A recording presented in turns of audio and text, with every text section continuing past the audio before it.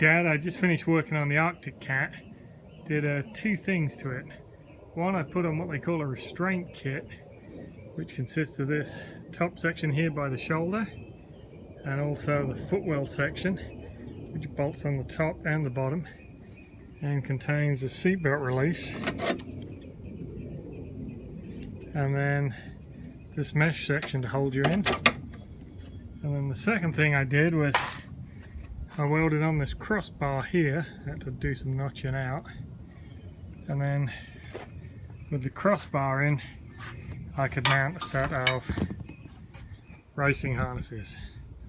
They're not the most comfortable thing in the world compared to the lap belts, but obviously a lot safer. So same on the other side, probably better light this side. You can see the top piece that goes on by the shoulder, and then the netting that goes down all the way down to the cross piece on the floor, and then the racing harnesses are attached to that cross beam I put in. Good day's work.